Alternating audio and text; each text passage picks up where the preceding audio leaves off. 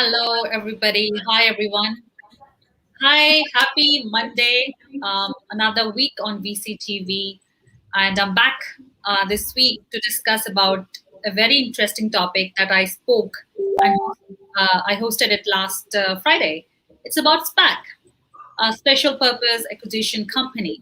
So we have new set of speakers who are going to share their experience about SPAC investments, pros and cons, difference between SPAC and IPO. Because obviously with a SPAC you need a target company, obviously, and you go public. A private company goes public.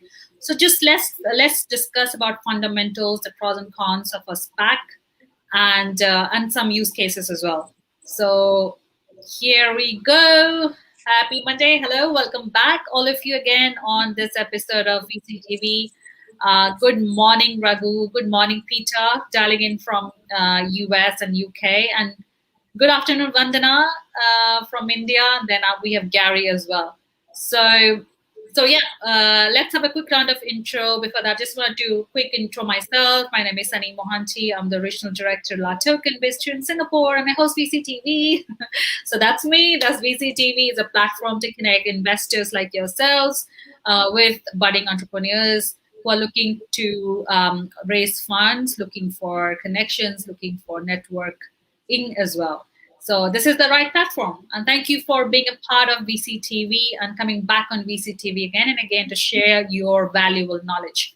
So yes, let's start with, who do I start with? Okay, I'm going to start with Vandana. Vandana, hi. How are you, and how I hope you're safe in India. First of all, to let us know you were safe there. Yeah, I'm pretty much safe here. Hi, Sunny. Always nice to see you, and very happy to see your happy energies always. And thank you for having me here. I'm safe by the grace of God, but the situation here is not really good.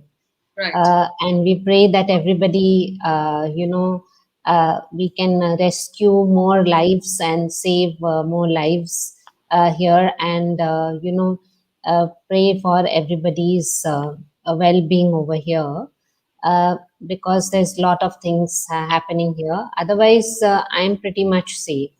That's good. Very happy to see Gary, Peter, and Raghu, and I'll happily introduce myself now. Yes. I was in Singapore and Jakarta for 15 years in investment banking. I had my own family office fund there, and this is my 7th year back in India. I did some investments, then I went back to advisory. So currently I'm connected with 300 investors globally, and I do pick up global deals. Our ticket size is $1 million to $25 million, and we are sector agnostic. So I'm happy to see you all. Okay, we have got a viewer, and he's happy to see us all. Thank you, Vandana. Thank you for that intro. Welcome back. Then I have Raghu. Welcome back. Thank you, Sunny and LATOKEN. Always a pleasure to be here, my esteemed panelists. And I'm a serial entrepreneur, angel investor, and strategic advisor from Princeton, New Jersey. I look for impact investments in biotech, green tech, cybersecurity areas mainly. All right, perfect. And always glad to have you on our panels, and good to know about your exit as well, the recent one that you shared. And yes, it's going to be a rocking panel. Gary, how are you today? I'm good. I like when Raghu said the esteemed panel. I feel like we're in the Oscars.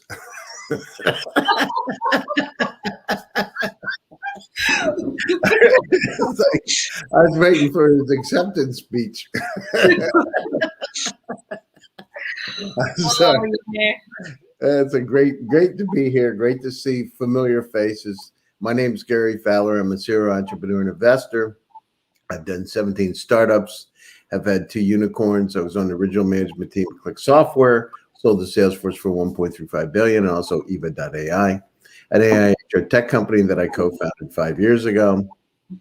I love AI, and I'm actually writing a lot about impact investing. Actually, my next article on Forbes is my next article is on quantum, but then I have an article on African startups after that. trying to make a little dent in the universe. What else? I write a lot and love being on these panels, and it's great to see the entire VCTV family and some familiar faces and friends. Same here. We're always happy to have you, Gary, in this family because you're the main member of this family. I don't know if I'm the main member. I feel like I'm the. We have a phrase, Dutch uncle. It's a guy that sits in the back seat when the car goes. Like esteemed Dutch uncle. Yeah, Gary. It's like esteemed Dutch uncle. I need one of those little trophies now. Great, awesome. This is what we love about VCTV, all the energy and the smiles and everything else. Thank you so much, Gary. Raghu. Next, we have Peter. Hi, Peter. Welcome back. We just spoke on Friday. How are you?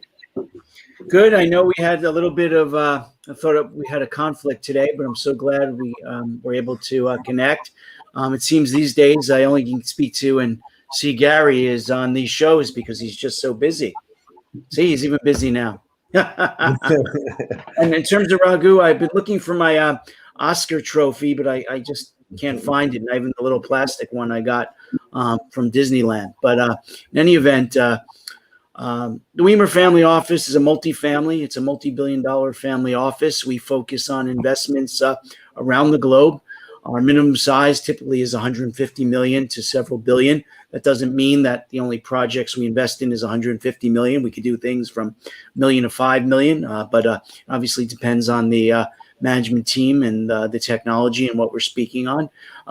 In the last, I would say, year since the pandemic, I've been much more focused on real estate, in particular, green tech, clean tech, ESG, and how AI could be helpful, and the other technologies surrounding the hospitality and real estate industries, most importantly. And then, talking about family, Sony, Gary and I become dear friends, and look forward to doing some stuff on a collegiate basis as well. So thanks for the opportunity, as always.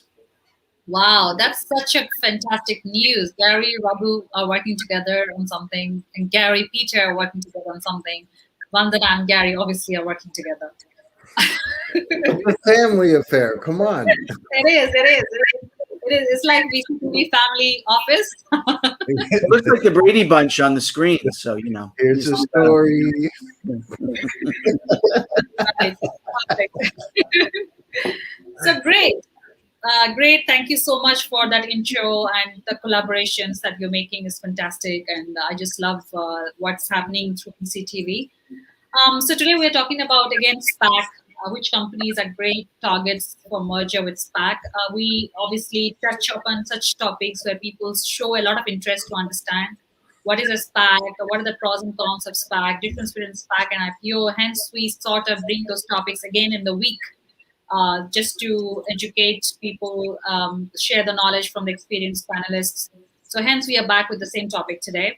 So yeah, so let's start with this whole thing about SPAC. I mean, let me just share my screen a little bit. So we have this.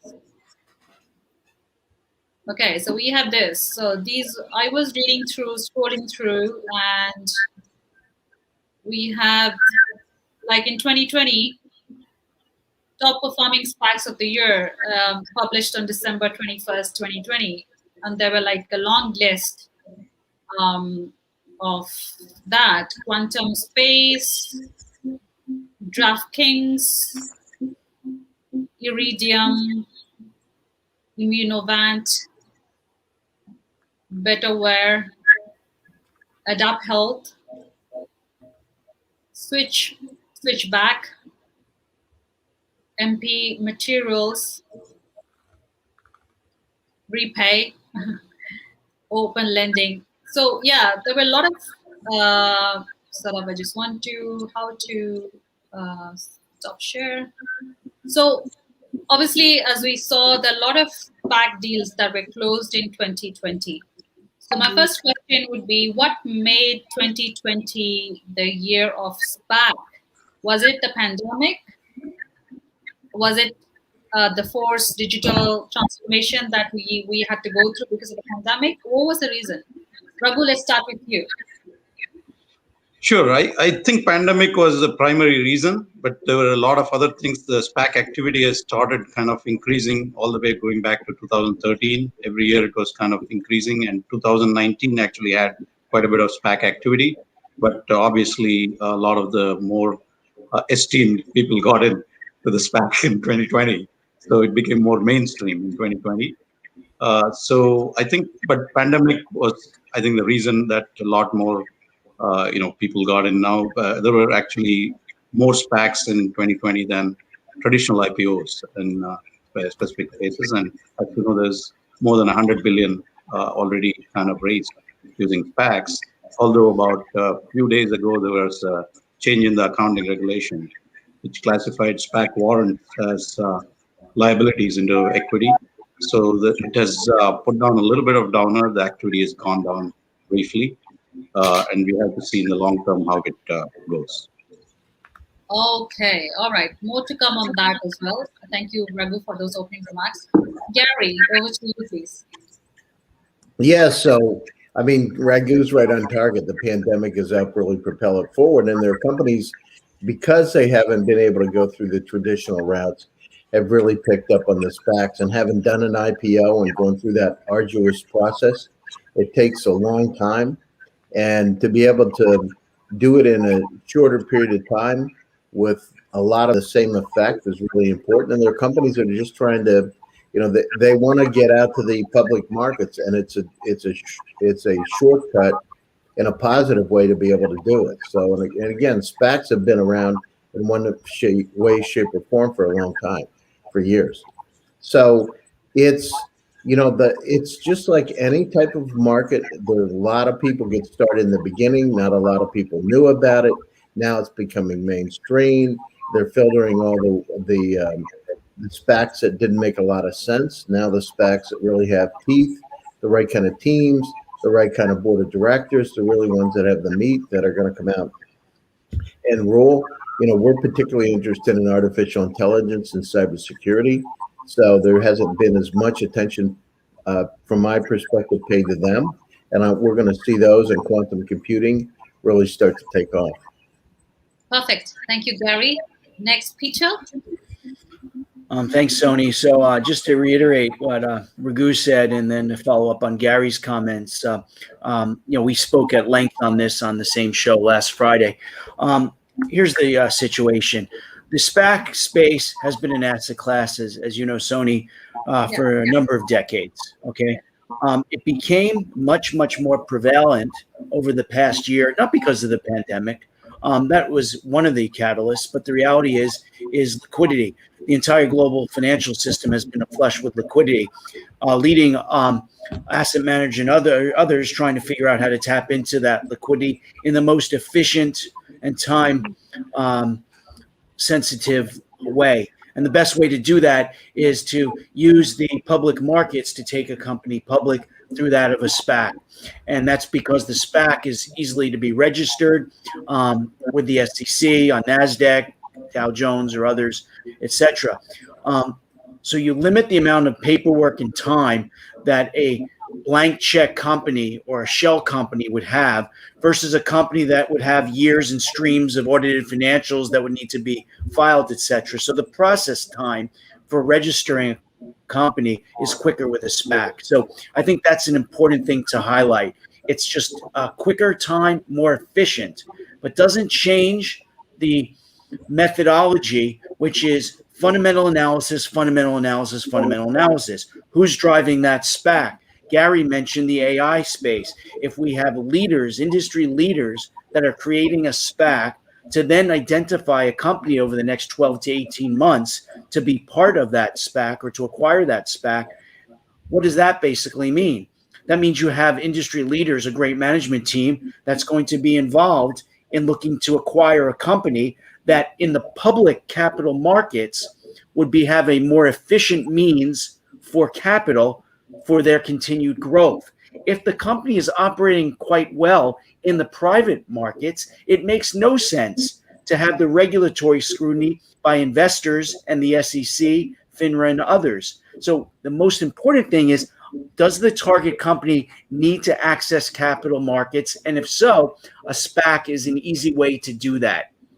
But at the end of the day, the management of the SPAC, the management of that private company has to be able to operate under the public and regulatory scrutiny that's available once a company is public. And now, lastly, I know I probably used up my time limit. In terms of the market and any time is now differentiating between the winners and losers. The winners are the ones that have the great management teams and are able to execute on the acquisition of a private company or many private companies, and those that are not able to, and also the companies that they're looking to acquire, making sure they are able to be robust in the SPAC public sector model. So we are starting to see the differentiate between those winners and losers over the last several weeks as the euphoria to going to the SPAC now changes into a more fundamental analysis. And I think AI and technology with the proper leadership is a great way for SPAC to take many companies that are private public. I think great points, Peter. Access to liquidity besides the pandemic is a great point to highlight here as well. And besides whatever you just explained, I think my next questions are about that as well. But anyways, it's okay. Vandana, thank you so much, Peter. Vandana, over to you, please. Yeah. Am I audible? Yes, you are. You are. Okay. So, SPAC, a special purpose acquisition company, is a business that is created with the sole ambition of merging with another company to take it public.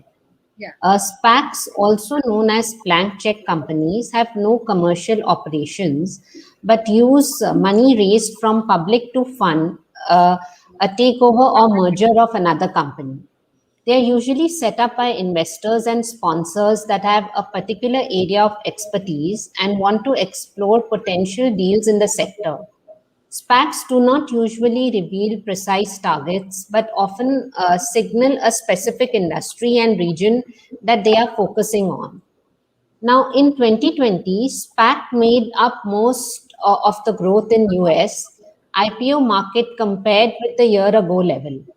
SPAC raised $79.87 billion in gross proceeds from 237 counts, surpassing the record of $13.6 billion raised in 2019 in 2020. The average IPO size was $337 million. The 462% year-over-year jump in proceeds raised by SPAC in 2020 outperformed the traditional IPOs, which is basically why 2020 was termed as the year of SPAC. And personally, I think this title is premature because we are not quite 4 months into 2021, and yet, US SPACs have already raised more money than the record of $83.4 billion that was raised in all of 2020. And, so I feel like this is why the year of 2020 had, maximum number of SPACs. Yeah, great. Thank you so much, Vandana, with that. So my next, I think, we've just understood now with the first question itself, with the opening remarks, basically, we've understood the concept of SPAC and why did it pick up during the pandemic, especially during last year. So let's move on to the next question to understand how is it different from the SPACs. As all of you mentioned over here, SPACs has been there for a long time already. It's nothing new. But what is different? What's the difference between the SPACs probably 10 years back or 20 years back and the SPAC that happened in 2020? What are the fundamental differences? Let's start with Raghu. Thank you. I think the difference is that now there's a lot of energy in that space because of the pandemic. Like a lot of people are getting in, and the investors, especially a lot of retail investors, have gotten into it. As I said, it became mainstream. But again, I think the performance of the SPACs, the actual after the demerger happens, how they were performed, we still don't have a lot of data because a lot of the SPACs have happened in the within the last 18 months, and we have to see how the performance goes to see really where it goes.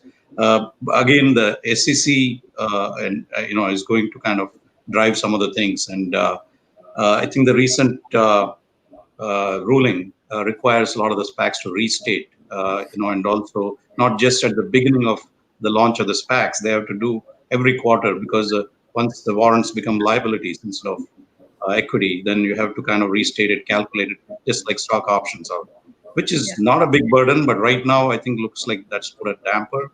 In April, suddenly it fell from March. There's a pretty steep fall in April so far. It may be just a little blip. We have to see. So I think overall, it's a great vehicle for companies that are high growth, forward looking, which may not have the traditional track record. The traditional IPO, you need to show at least 2 years of track record, past performance, whereas the SPAC, they may be just more futuristic, forward-looking statements, and is great for new technologies which have like a lot of potential impact, which and very strong teams. And the good thing about the SPAC is that you get a partner who might get you the governance framework and the people with the right experience, whereas traditional IPO, it takes some time to build up that kind of team inside the company. And there is a transition here. I think that there is a team to help you through that transition, assuming that team is going to stay on at least long enough to kind of help you make that transition. Yeah, sure. Thank you so much, Raghu, as well. I just wanted to share something very quickly. So as Raghu said, so despite the SPAC, so as Raghu rightly said, despite SPAC rules, so venture capital has had a huge start to 2021, but has run into some problems lately. SPAC growth dominated the space, but has cooled off amid regulatory pressure and poor performance. So let's just discuss that as well. So next is Gary. Gary, how are the SPACs different now from the past, and so what's the future? Because we just Raghu just mentioned as well, and we just read this article as well. The SPACs have gone down because of poor performance. So what does the future hold for such investment models? Well, Sonny, a lot of it is, it's like the ICOs were some time ago, right? There a lot of things came out, but let's go back to the fundamentals. You've got a performing management team, you got a board of directors that performs, and you've got a company that's really in a hyper growth stage, ready to come out. So if you add those elements together, the chemistry is right. So, and it's the problem is sometimes we get so involved, we become irrationally exuberant and start to invest in everything. It's like the Dutch tulip phenomenon. So we need to go down through and we need to really focus. And SPACs have existed a long time. Even though we've only recently talked about them, over the years they've changed structurally. So what do you say? What are some of the differences? In the early stage, it was common practice to disclose the target company under strict, NDAs. But today, it's really, the reason was an investor could really decide whether they want to keep their investment or redeem their shares and not really move forward. So they could really, rebel. And today it's changed because the modern SPACs now have the right to redeem their shares regardless of a vote, making sure there are no interruptions in the deal. So it's really a much smoother deal flow. So if we look at, some of the recent rulings, the warrant rulings, et cetera, I mean, there are changes taking place. And again, the good news is that there's an appetite in the market for the SPACs. There's an opportunity, but we've got to go back to the fundamentals, or as it would in any kind of a market, it'd fail. I remember we did an IPO in NASDAQ, a Click Software, and we went down through the process. It took about 9 months, by the way. It was not a lot of work with the SEC, et cetera. So it takes a long time. I believe that the SPACs succeed. It's just a matter there'll be those changes, and we're looking at it. The warrant ruling's only been a couple of weeks old, and I know that folks are going down through and reevaluating and figuring out how they can comply properly. Right, sure. Great points, Gary, over there as well. Peter, I think you have explained most of the things. I just want to ask you a little different question. How do you compare the typical SPAC merger timeline with the traditional IPO timeline? Well, just a couple of things, just to backtrack too. I think it's important in terms of the question, in terms of how do SPACs differ from today versus prior years. Sure. Over the last several decades, like anything else, we've seen an evolution towards going the nuts and bolts, industrial type of companies that were traditionally acquired through the SPAC model, to today's model, which is obviously focused on anything and everything, that has a proper management team and a proper fundamental and analysis that leads to proper operating performance and growth. So any industry can be used by a SPAC format. Remember, a SPAC is a means to an end. It's a structuring process. It is not an actual investment. A SPAC is not an actual investment. If you want to break the backbones down to a SPAC, one of the safety part of SPACs for a retail investor is if the management team fails to identify a company or companies to acquire, the money is invested that they put into treasury bills or treasury bonds. So your capital is returned. Your full capital is returned, which is something that's very different than investing in a startup IPO. So here it's about the management team being able to execute to acquire a situation, otherwise the capital is returned. Now, it's unlikely that any capital will be returned if something can be identified in the next 24 months, let's say. So I think that's a very important situation to understand. The second thing is in terms of the timeline. As I mentioned, the timeline is a lot quicker with the SPAC simply because you're not having to file. Private companies probably don't have many audited financials, or at least not financials that are up to par to SEC type of filing rules, nor have they reported to shareholders before. So they haven't had their accounts ready for that. So if you have a company that's getting ready for an IPO, a good portion of the battle is preparing management and the team and the accounting and the lawyers, etc., for a public listed company. Whereas with a SPAC, you have a blank check company. So it's a lot easier to get that filed and in a much quicker fashion. And then that company goes off and acquires a private company. Now, that's easy and more efficient in terms of registering versus an IPO. However, that private company going forward is going to have to file quarterly and annual reports, SEC compliant, and have the proper staff in place that's familiar with a public company versus a private company. So again, it's more efficient initially, quicker initially, but going forward, it's no different than any other company that's a public company. And as Gary mentioned and Raghu alluded to, it's all about management, having a good team in place and being able to execute on a business strategy. Great points, Peter.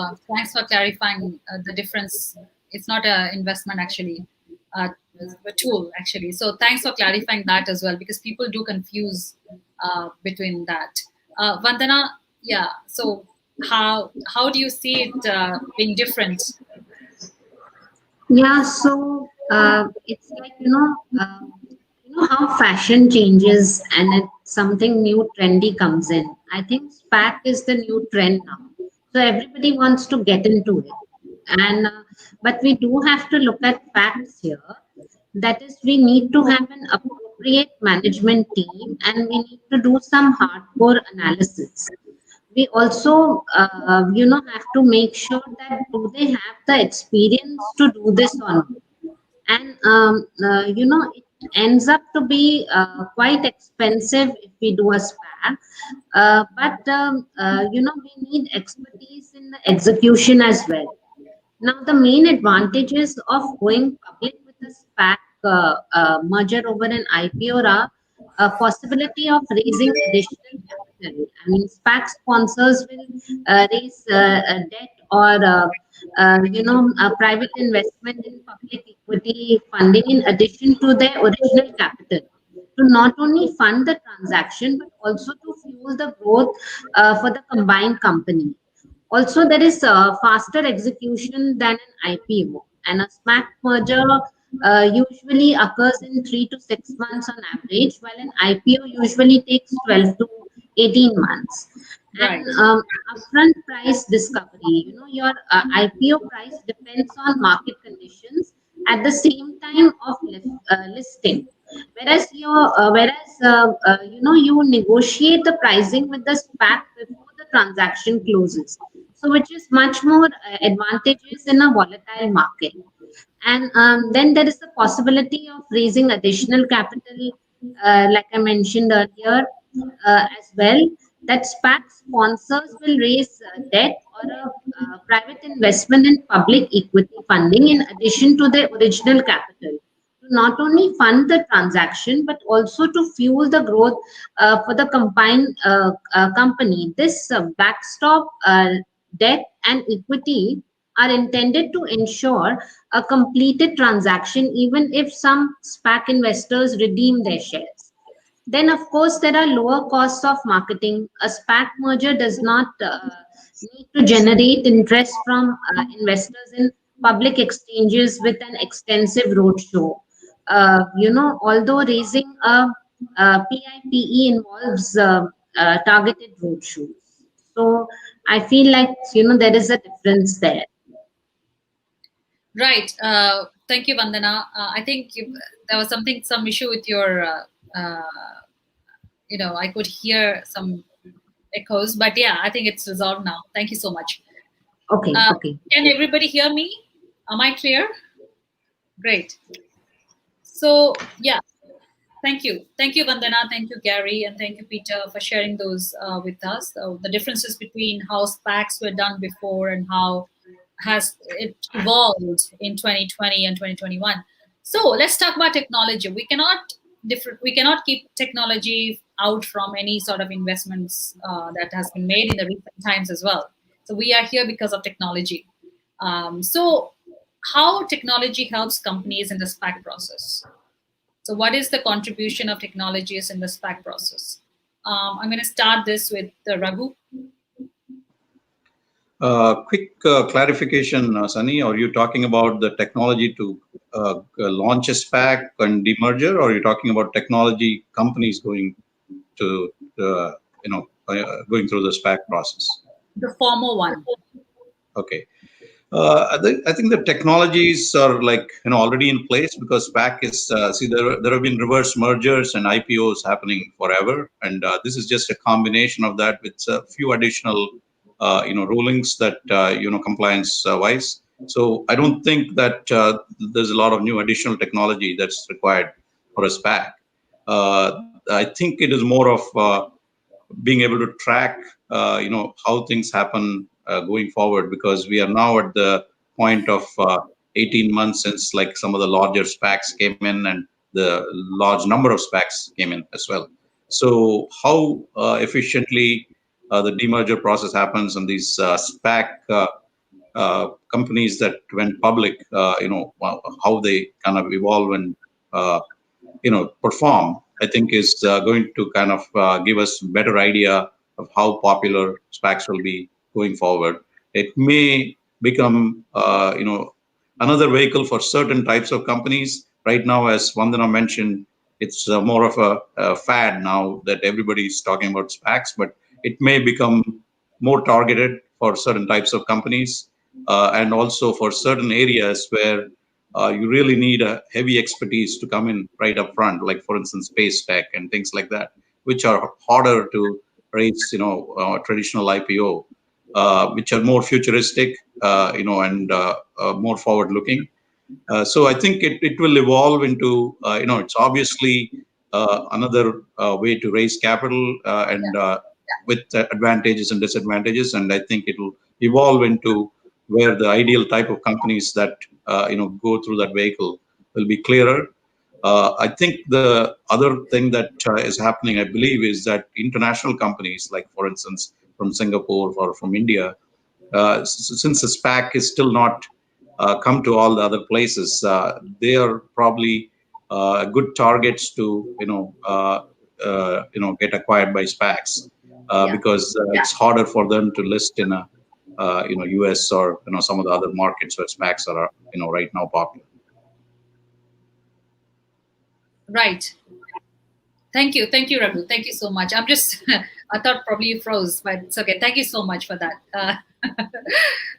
Raghu, sorry, not Raghu. Thank you so much, Raghu. Gary, over to you, please. Sorry about that. You threw her sideways, Raghu, by just not moving. Anyhow, so the one thing you were asking about the technology, Sunny, and because of the digital transformation over the last year, being able to use Zoom to be able to conduct the meetings and do SPACs and situations and not having had a physical meeting with folks and yet being able to conduct business. I mean, that's a huge quantum change. And, fortunately or unfortunately, we started to accept that that's a normal course of doing business. Yeah. So you don't have to fly to New York for a meeting or to California to sit down and talk about the SPAC. It just they get done virtually. So that's a big change, and it's much more efficient and effective. But at the same time, you got to do a lot of due diligence, the same type of due diligence that need to be done to make sure the characters and everybody that's participating are the right folks, and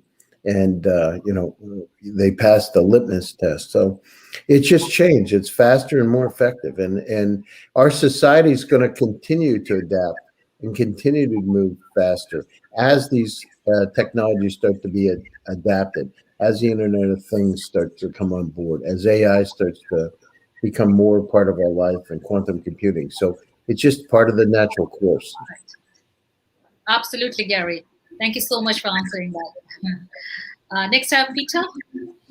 Yeah, so I'm going to echo Raghu and Gary's thoughts. But one very important concept that I think is important is the SPAC model, again, is simply a structuring vehicle that's more efficient to get things to market quicker. Okay? Doesn't change the fact that at the end of the day, if we're talking about the U.S., one of the largest capital market, it's there to protect the individual investor, not the institutional investor. So on that basis, okay, all the I's need to be dotted, all the T's need to be crossed. So the actual regulatory portion, making sure that's all done, is not quicker. So as we stand right here today, there is a certain means to an end. There is a certain time frame just from start to finish, legals, technicals, regulatory wise. But once that SPAC, that's all been crossed off, then the management of the SPAC can be very efficient in terms of going out and looking for target companies. Obviously, they have to have the management team that's capable of executing on that. Where I think technology comes into play is just the natural evolution. Hopefully, over time, and particularly given the de-SPACing process or the practice after a company has been acquired, the demerger process, you might say, the technology will enable for more efficient filings and stuff to get into the public domain. It might allow for a smoother process in terms of technology enabled, AI helping in that matter, in terms of distribution of information to stakeholders, those stakeholders being the key stakeholders, or it could be retail investors, etc. So that's important. I think AI could also be helpful in terms of making the process more efficient in terms of time to market, in terms of exchanging documents, reviewing documents, etc. I mean, we could just look at the advent of DocuSign, for instance, makes things more efficient. So that's helpful. These Zoom type of calls that we have, or Teams calls, are also helpful in terms of getting lawyers and accountants and management team together. There's no reason you could be on the slopes in Zermatt or Aspen or whatever. You could still get on a Zoom chat and be quite efficient in terms of getting things to market. So I think that's most important as well. Absolutely, nailed it right there, Peter and Gary. The importance of technology, in the SPAC process. I mean, thank you so much for sharing that with our viewers. Vandana, over to you if you would like to add something to that. So, Sunny, technology keeps changing every 6 months, and I think we have to be proactive and progressive in, picking that up. You remember when first time we were on streams, how many times we crashed out, and we had so much fun as well. So, I think, even when Zoom came in, everybody was like, oh, I'm not going to go to Zoom. What's that, And then suddenly when pandemic hit us, everybody had to use Zoom. There was no other choice left. So I think eventually when we are forced to do things, we do it very fast. So I think it's better we start adapting to new technologies, and definitely, SPAC will come in to play, and then we have lots of new technologies coming up. I had a few other things to, add if I could, add them. The way SPAC works is that they list on exchange like the New York Stock Exchange, and then typically have up to 24 months to acquire a target company.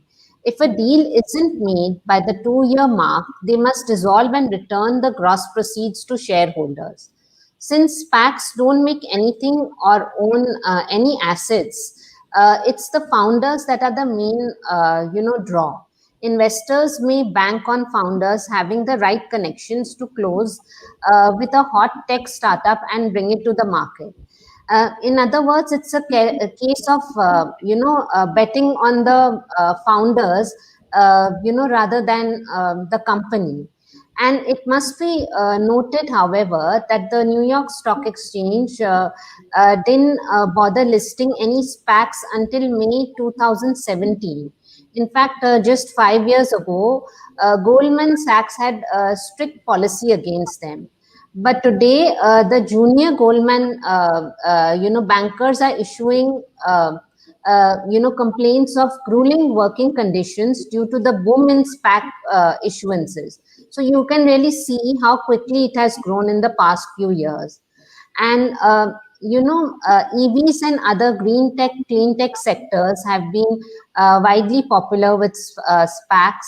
That's because while those sectors have some of the traditional public market metrics which investors typically see, and they also fit the criteria of SPACs love and high growth with the significant long-term potential.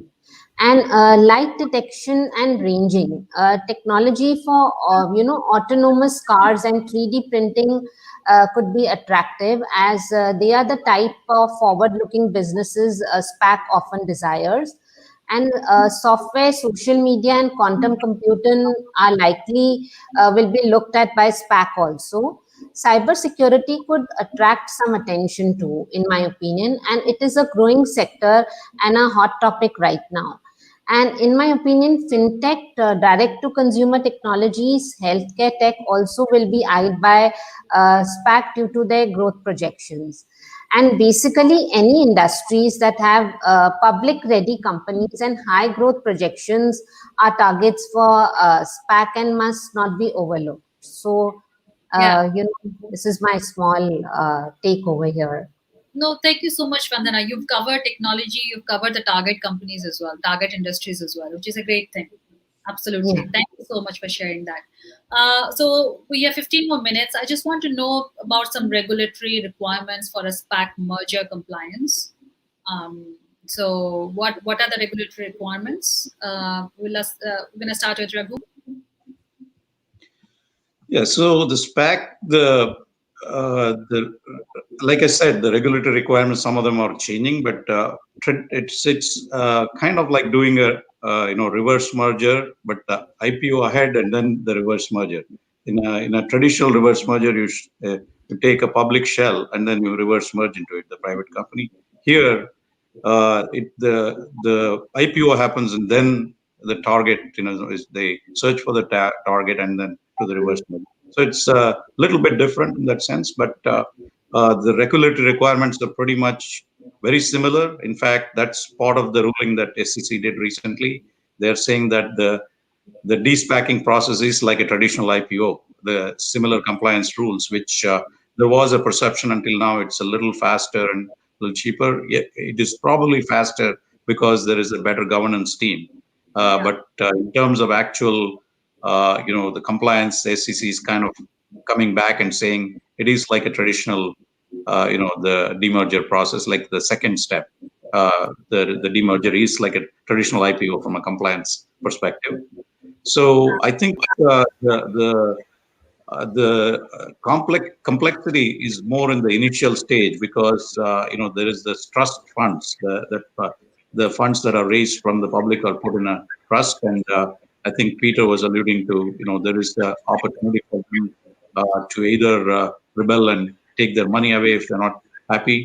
So that part of it is new compared to what was there before, and I think it is not totally understood how because they usually use $10 as kind of the price, right? The price.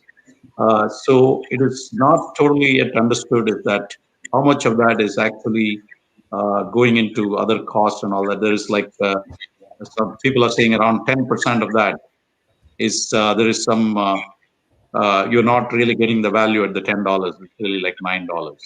And I think as it evolves, it might actually go different where that there may be better ways to estimate how the performance is going to be on a SPAC based on different other metrics. I think that part, because it's more forward looking, it's still not as well established as an IPO because the target piece is missing, and it's only we just have the jockey, not the horse, essentially. So I think that will happen, especially if they give more guidance. Great points, Raghu. Thanks for sharing those points with us. Next, I have Gary. Yeah, I mean, they've covered a lot of the points, so I don't want to just rehash it. But the situation with the SPAC, so I don't want to go down through the trust fund, et cetera. We know that needs, but it's the compliance. Having gone down through the IPO process myself, it's just the overlook.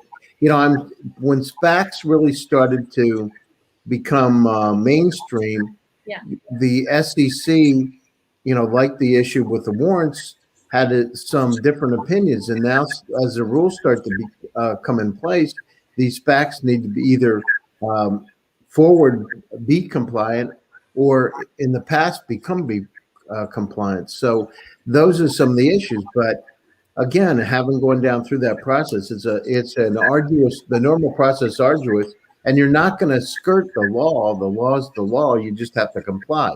The good news is there are a lot of SPACs and a lot of groups have come out with multiple SPACs, so they know how to get them out quickly. So that's that's all from my perspective. Other points were covered. Right, absolutely. Thank you, Gary. Thank you, Raghu. Peter, would you like to add on to whatever Raghu and Gary just mentioned about the regulatory? I think it's important to summarize basically for your audience in terms of what is the kind of 3 phases in a SPAC's lifespan. It's not just like anybody could just start a SPAC, issue some statements to the SEC, and boom, now I've got a publicly traded company, and I'm going to go acquire whatever the hell I want. It doesn't work that way. There's a very formal process that's very typical IPO in its terms. There's a filing of a registration statement with the SEC. There is a clearing of the SEC comments. There's an undertaking of a roadshow. There's followed by a firm underwriting commitment. So what are those phases and what's the time frame? The initial IPO phase, you have to engage a corporate counsel. You have to engage auditors. You have to incorporate a SPAC, okay?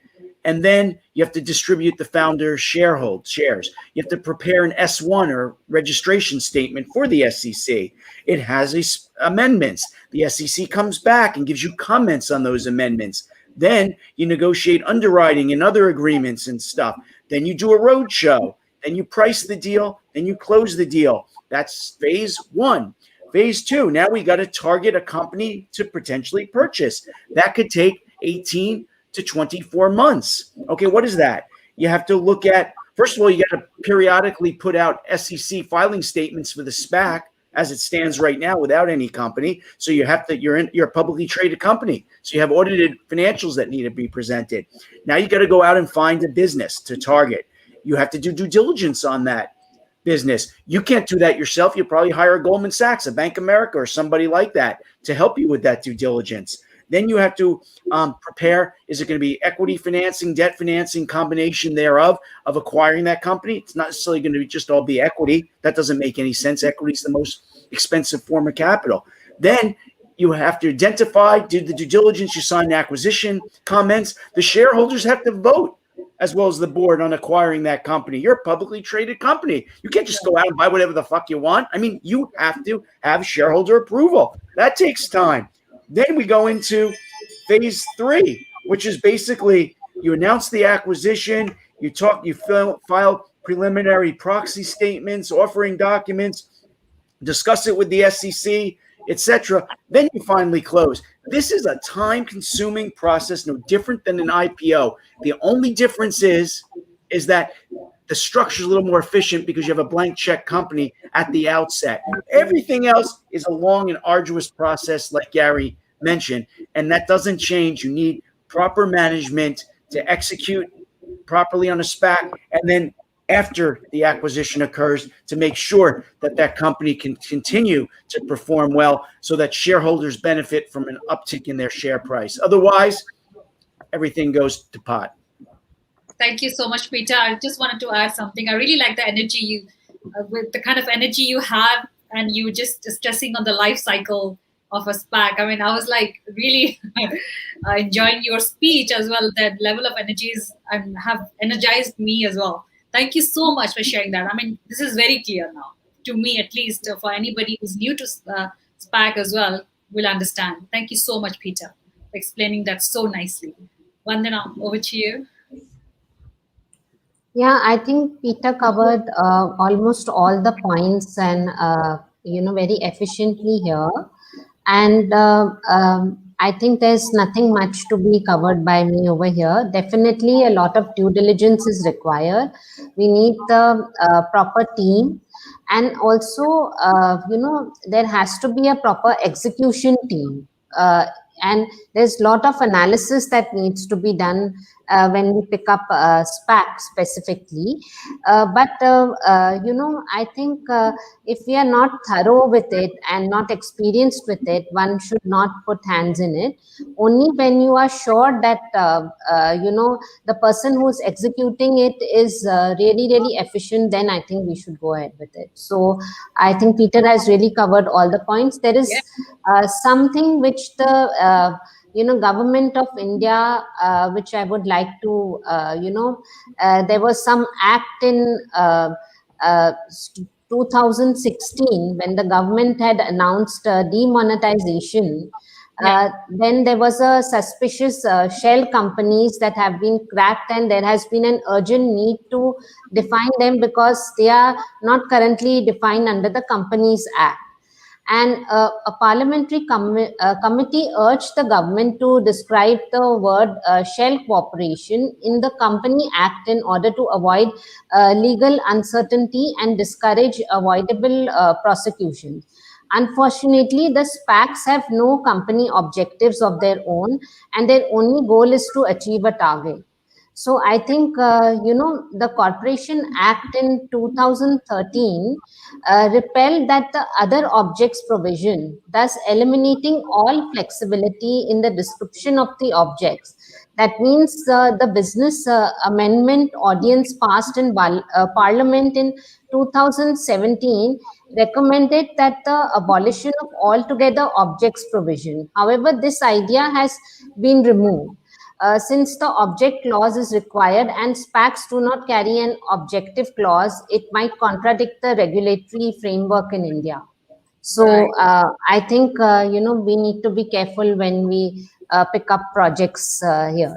So there is some... So SPAC deals are not very popular in India? No, not very popular. Okay. Good to but in Silicon Valley, they are. Yeah, Silicon Valley and Singapore as well. Sony, Vandana, I would just like to add one thing. I think it's important. The U.S., look, I'm sitting here in London, but and have been for over 20 years. The U.S. market is the deepest and broadest and most efficient capital market in the world. And if you're going to give a management team, I don't care if they're the best of the best to breed, a blank check to go out and acquire any company they want. Okay. I have enough problem with that in terms of investing in a US company and giving that much responsibility to a management team, particularly since SPACs are not focused so narrowly that they basically say, we're going to go out and buy a healthcare company that just makes widgets to support hospitals, and within the hospital, a certain knee operation. No. They're made sufficiently broad so you can pretty much acquire anything if despite their mandate saying we're going to invest in technology. It could be any technology, it could be anything. So you're giving a lot of breadth to management with a lot of responsibility. If I'm going to invest in a SPAC, I want to make sure it's in a capital market that's deep and broad and has the proper regulatory authority. And that's going to be in a Western democratized type of capital market. That's going to be in the US, maybe on the FTSE, maybe on the DAX, etc. Is it going to be on the AIM? Absolutely not in the UK. Too much penny stocks traded there, and certainly not in developing countries at this stage. It's just too much responsibility. It goes back to my initial comments. Management. That's what you're investing in when you're investing in a SPAC. Can management execute on the acquisition of a company, and then after that, acquiring that private company, continue to make that company more investable and create value than if it just remained a private company? Yeah, I totally agree. Wow, Totally that's a agree. very good point. That's a very good point. It's not for the developing countries.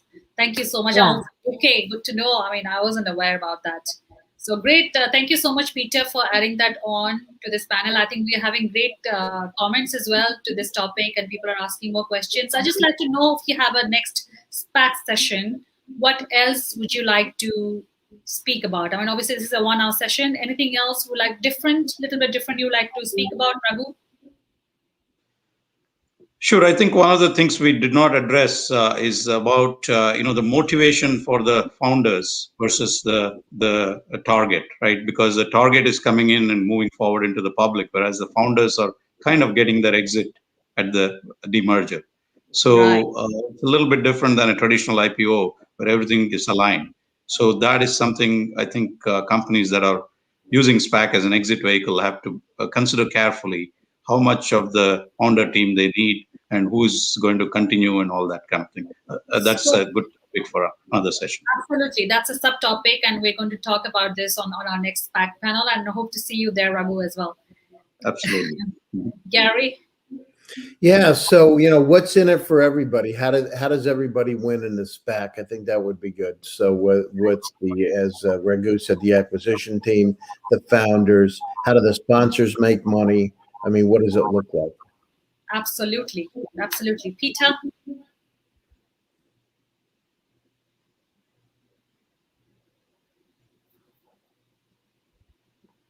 I don't think he hears you. No. Hello. I was talking to myself here because I put it on mute. So I'll have to repeat what I was saying to myself. My wife's always telling me she hears me talking to myself. What am I talking about? So, so I'll continue what I was talking about. I think what's in it for management? Again, it is just a more efficient, and I know I keep repeating myself like this, but it's a quicker time to market. And therefore, they're hoping that their rewards will be quicker, but that's not necessarily the case.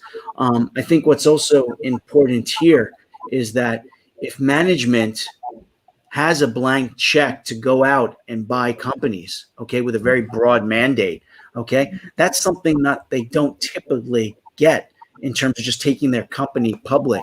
And so why does this work so well for a private equity company, an activist investor, okay, or a VC for that matter? It allows them to have discretion that they otherwise wouldn't have that discretion in terms of going out and finding a company or a portfolio of companies. And I think that is the most important monetary consideration, because in the end, with that type of discretion, they're able to hopefully identify targets, acquire those targets that they might not be as easily available to. And not only that, if you have an activist company investor that's looking to take a company public that has traditionally been private and they just don't like management and stuff, okay, this could be a good way to help take that company, acquire that company in the public domain However, again, you still need shareholder approval. Okay, so you Right. don't have carte blanche. Right. Thank you so much, Peter, for adding that on. Great points there. I'm going to include that for next session, and I'm going to see Gary, Peter, and Raghu again, the team. Vandana, what extra or what would like to see, like to obviously be included in this panel? Maybe the developed countries could educate more to the developing countries about SPAC and how to collaborate so that we can take this segment further, and also the risk factors involved. I think Yeah, maybe I we was should, about to that. Challenges faced yeah, by developing countries. Back to you. so that we can be careful as to what we are picking up and how we need to, work towards it. Absolutely. That's a great point. That's a great topic to discuss under the SPAC Yeah. topic itself. Thank you Yeah. so much. That again is a very informative, very, very informative session today. Peter, I like your energy. I'm going to have you back on my other sessions as well. Just love that energy is infectious. And Raghu, very informative as well. And Gary, always smiling and very supportive of VCTV. I feel a lot of energy support from Gary as well whenever he's there. And Vandana, again, what can I say? we are friends outside of VCTV as well. So yeah. Tony, I just have to tell you the reason why I'm more animated today is because I'm on a strict diet from my doctor and my wife that I'm not allowed to have sugar. I'm not allowed to have carbs. So the only thing I can have is tea and coffee. And I've been just drinking that in Red Bulls all day, although Red Bull has sugar, but don't tell anybody. Well, that's why I'm a bit more animated than usual.